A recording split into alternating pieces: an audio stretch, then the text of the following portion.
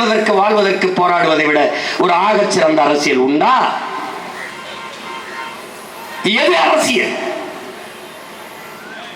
கண் முன்னே என் இனம் கொள்ளொழிக்கப்படுகிறது அநீதியாக. அதை தடுக்க காக்க போராடுவது, அதை விட அரசியல் வேற ஏதாவது உண்டா? கொன்றொழிக்கப்பட்ட எனது மக்களுக்கான நீதியை கேட்டு போராடுவதை விட புனிதமான ஆகச் சிறந்த அரசியல் ஒன்று இந்த உலகத்தில் உண்டா? எது அரசியல்?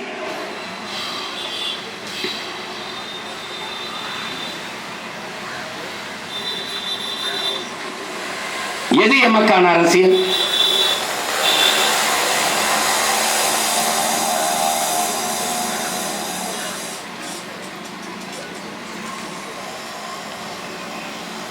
சொல்லி சொல்லி ஒரு குற்ற உணர்வை தள்ளி ஈழத்தை பேசுவார்கள், ஈழத்தையே பேசுவார்கள்.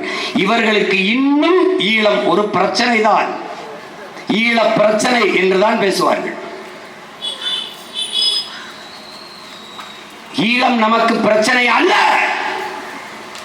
ஈழம் நம் இனத்தின் விடுதலை, தமிழ் தேசிய இனத்தின் தாயகம். ஈழம் நமக்கான ஒரு கனவு என்பதை நீங்கள் புரிந்து கொள்ளுங்கள். இவர்கள் என்ன பண்ணுவார்கள்? ஈழ பிரச்சனை, ஈழ பிரச்சனை, அதுவெல்லாம் பிரச்சனை. கச்சத்தீவை எடுத்து கொடுத்தது பிரச்சனை, அதை திருப்பி எடுக்க வேண்டும் என்பது பிரச்சனை. காவிரியில் நதிநீர் உரிமையை பெற வேண்டும் என்பது ஒரு சிக்கல், ஒரு பிரச்சனை. முல்லை பேரியாற்றில் உரிய நீரை பெற வேண்டும் என்பது ஒரு பிரச்சனை, ஒரு சிக்கல், அது பிரச்சனை. ஆனால் ஈழம் என்பது ஒரு பிரச்சனை அல்ல, ஒரு தேசிய இனத்தின் தேச விடுதலை என்பதை அறிவார்ந்த என் தம்பி தங்கிகள் புரிந்து கொள்ளணும். ரெண்டையும் போட்டு குழப்புவார், அது ஒரு பிரச்சனை என்பார்.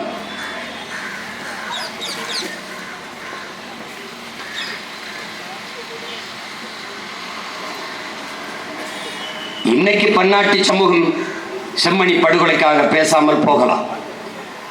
ஆனால் தமிழ் தேசிய மக்களுக்கு என்ற ஒரு வலிமையான அதிகாரம் வருகிற போது இந்த ஆவணங்களை நாங்கள் எடுத்துக்கொண்டு ஒவ்வொரு நாட்டு கதவையும், ஒவ்வொரு நாட்டு தலைவர்களையும் தட்டும், ஒவ்வொரு நாட்டு தலைவர்களின் வீட்டு கதவையும் தட்டும்.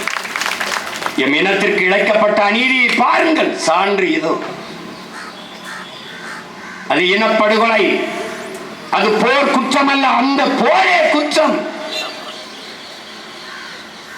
எந்த நாட்டில் சொந்த நாட்டு மக்களின் மீது ராணுவ தாக்குதல் நடத்தி அளிக்கப்பட்டிருக்கிறது? ஒரு நாட்டுக்கும் இன்னொரு நாட்டுக்கும் கூட நடக்கும் போது போரிலே பயன்படுத்தக்கூடாத ஆயுதங்களை எல்லாம் வைத்து எங்களை அழித்தது எப்படி? சொந்த நாட்டு மக்களின் மீது வான்வழி தாக்குதல் எந்த நாட்டிலே நடத்தப்பட்டிருக்கிறது? இலங்கையை தவிர எந்த நாட்டில்? இதை எப்படி பன்னாட்டு சமூகம் அனுமதித்தீர்கள்? இந்திய பெருநாடு 8 கோடி மக்களை, இந்த நிலப்பரப்பெங்கும் 8 கோடி மக்களை தன்னகைத்து வைத்திருக்கிற பெருந்தேசம் எப்படி பேசாமல் இருந்தது? அந்த நாட்டை பேச வைக்காமல் இந்த ஆட்சியாளர்கள் என்ன பண்ணி கொண்டிருந்தார்கள்?